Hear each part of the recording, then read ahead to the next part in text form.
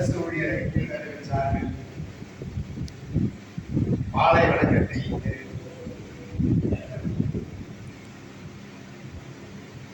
தமிழ்நாடு அரசின் துறைகளில் பணியாற்றும் அரசு ஊழியர்களுக்கு உச்ச நீதிமன்ற தீர்ப்பின் அடிப்படையில் சுழற்சி முறையில் பதவி உயர்வு வழங்கப்பட்டு வந்தது. எப்படி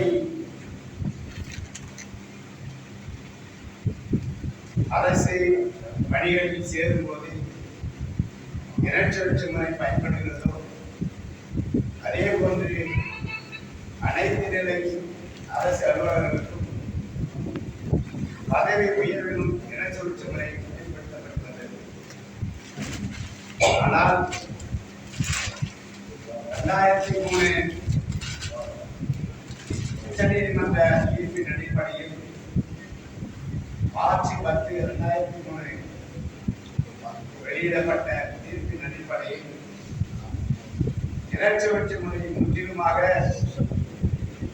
நிறுத்தப்பட்டு மதிப்பின் அடிப்படையில் பதவி உயர்வு வழங்கப்பட்டு வருகிறது. இதனால் தமிழ்நாடு அரசில் பணியாற்றும் 54 துறைகளிலும் உயர் பதவிகளில் இருந்தவர்கள் பாதிக்கப்பட்டு பதவி இறக்கம் செய்யப்பட்டுள்ளார்கள். உதாரணத்துக்கு சொல்ல போனால் வருவாய்த்துறையில் ஒரு டிஆர்ஓவாக பணியாற்றி இருக்கக்கூடிய ஒருவர் இந்த உச்ச நீதிமன்ற தீர்ப்பால் பாதிக்கப்பட்டு அவர் தாசில்தாராக பதவி இறக்கம் செய்யப்பட்டுள்ளார்.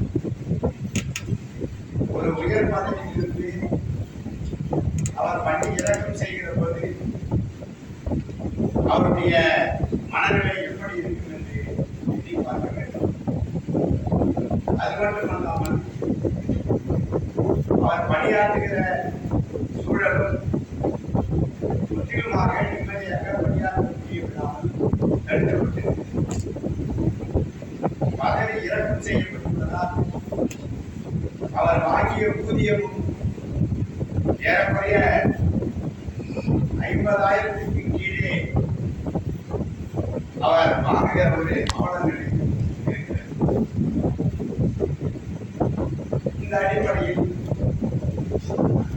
தமிழ்நாடு அரசு 2003 வெளியிடப்பட்ட அந்த தீர்ப்பை தற்பொழுது அமல்படுத்தப்பட்டு நடைமுறைப்படுத்தப்பட்டு வருகிறது. இது முற்றிலும் சமூக நீதிக்கு எதிரான நிலை என்பதை உணர்த்துகிற வகையில் அரசு ஊழியர் ஐக்கிய பேரவையின் சார்பில் மாண்புமிகு தமிழக முதல்வரின் கவனத்தை ஈர்க்கிற வகையில்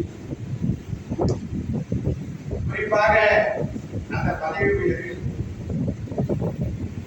கடைநிலையில் பாதிக்கப்பட்டிருக்கிறவர்கள், பட்டியல் வகுப்பு சார்ந்தவர்கள், பெண்கள், மாற்றுத்திறனாளிகள், மிகவும் பிற்படுத்தப்பட்டவர்கள் என்ற ஒரே நேரத்தில் பணிக்கு வரக்கூடிய பிற்படுத்தப்பட்டவரோ பட்டியல் என வகுப்பினரோ ஓபன் காம்படிஷன் என்று சொல்லக்கூடிய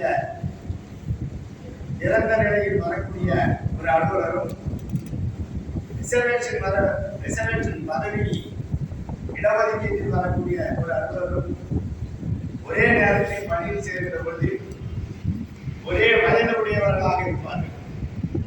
ஆனால் அவர் இப்பொழுது ஓபன் காம்படிஷன் வந்தவர் பணியை நிறைவு செய்கிறாரோ அதுவரையில் எந்த பதவியும் கிடைப்பதற்கு வாய்ப்பில்லாமல் மறுக்கப்பட்டுள்ளது. இந்த தீர்ப்பு சமூக நீதிக்கு எதிரான தீர்ப்பு.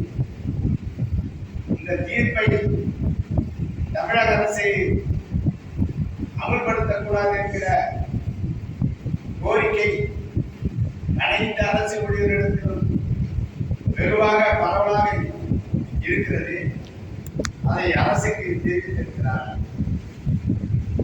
ஆனால் வேறு வழி இல்லாமல் நீதிமன்ற தீர்ப்பு என்பதால் தமிழக அரசு நடைமுறைப்படுத்தும். அந்த தீர்ப்பினால் மிகவும் பாதிக்கப்பட்டிருக்கிற பட்டியலின சமூகத்தை சார்ந்தவர்கள் அதற்கு மாற்று வழி ஒன்றை முன்வைக்கிறோம். அரசியலமைப்பு சட்டத்தில் 14 பிரிவு 4 பிரிவு ஏழை அடிப்படையில் பட்டியலின பிரிவினருக்கு பதவி உயர்வில் இடஒதுக்கீடு நடைமுறைப்படுத்தலாம் என்ற ஒரு சட்டம் இருக்கிறது. அந்த சட்டத்தை மாநில அரசு திருப்பினால் அதை நடைமுறைப்படுத்தலாம் என்றும் குறிப்பிட்டிருக்கிறது. 77வது சட்டத்திட்டத்தில் சொல்லப்பட்டிருந்த அந்த சட்டத்தின் அடிப்படையில் தமிழ்நாடு அரசு சிறப்பு சட்டம் ஒன்றை சட்டமன்றத்தில் நிறைவேற்ற வேண்டும். சார்பில் மாண்புமிகு தமிழக முதல்வரின் கவனத்தை ஈர்க்கிற வகையில் சிறப்பு சட்டத்தை வருகிற சட்டமன்ற கூட்டத்தொடரில் நிறைவேற்ற வேண்டும் என்கிற அடிப்படையில் 5 கட்ட போராட்டங்களை முன்னெடுத்திருக்கிறோம்.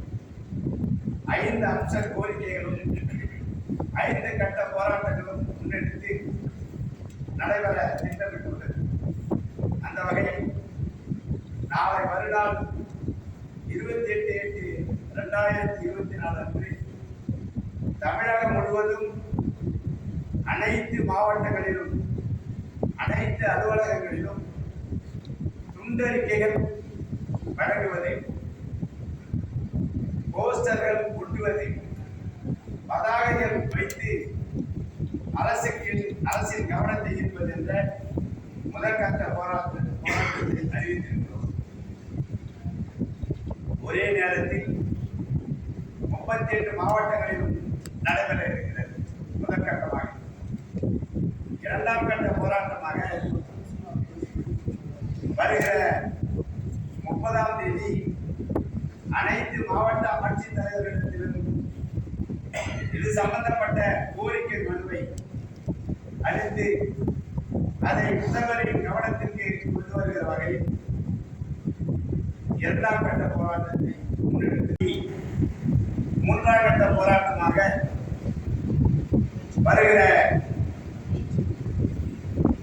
செப்டம்பர் 7ஆம் தேதி அன்று 8 மண்டல தலைநகரங்களிலும் சென்னை, வேலூர், விழுப்புரம், திருச்சி, தஞ்சாவூர், சேலம், திருநெல்வேலி என்கிற 8 மண்டலங்களில் ஆர்ப்பாட்டங்களை, முழு நேர ஆர்ப்பாட்டங்களை நடத்துவதென தீர்மானிக்கப்பட்டிருக்கிறது.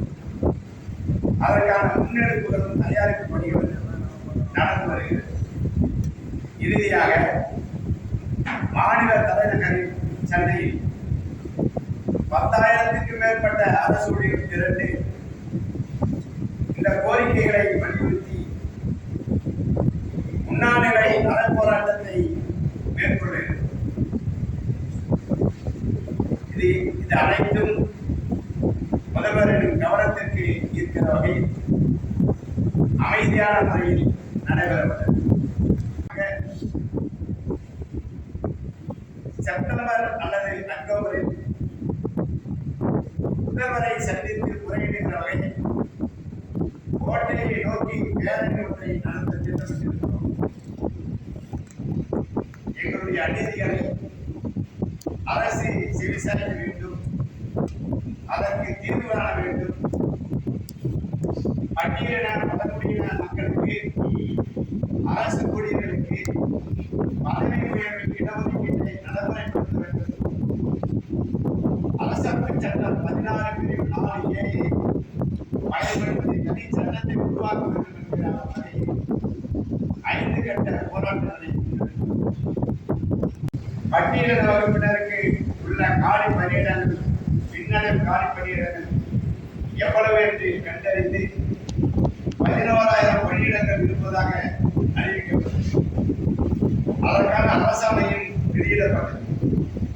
ஆனால் இன்று வரை அனைத்து துறைகளிலும் அந்த பணியிடங்கள் நிரப்பப்படாமலேயே காலம் தாழ்த்தப்பட்டு வருகிறது. ஏறக்குறைய அரசு பொறுப்பேற்று 3.5 ஆண்டுகள் நிறைவேறியிருக்கிற இந்த நேரத்தில் இன்னமும் காலம் தாழ்த்துவது பெரும் அதிர்ச்சியை அளிக்கிறது. எனவே பின்னடைவு காலி பணியிடங்களை உடனடியாக போர்க்கால அடிப்படையில் சிறப்பு நியமனங்கள் மூலம் ஸ்பெஷல் ரெக்ரூட்மெண்ட் மூலம் போர்க்கால அடிப்படையில் நியமனம் செய்ய வேண்டும் என்று வலியுறுத்தி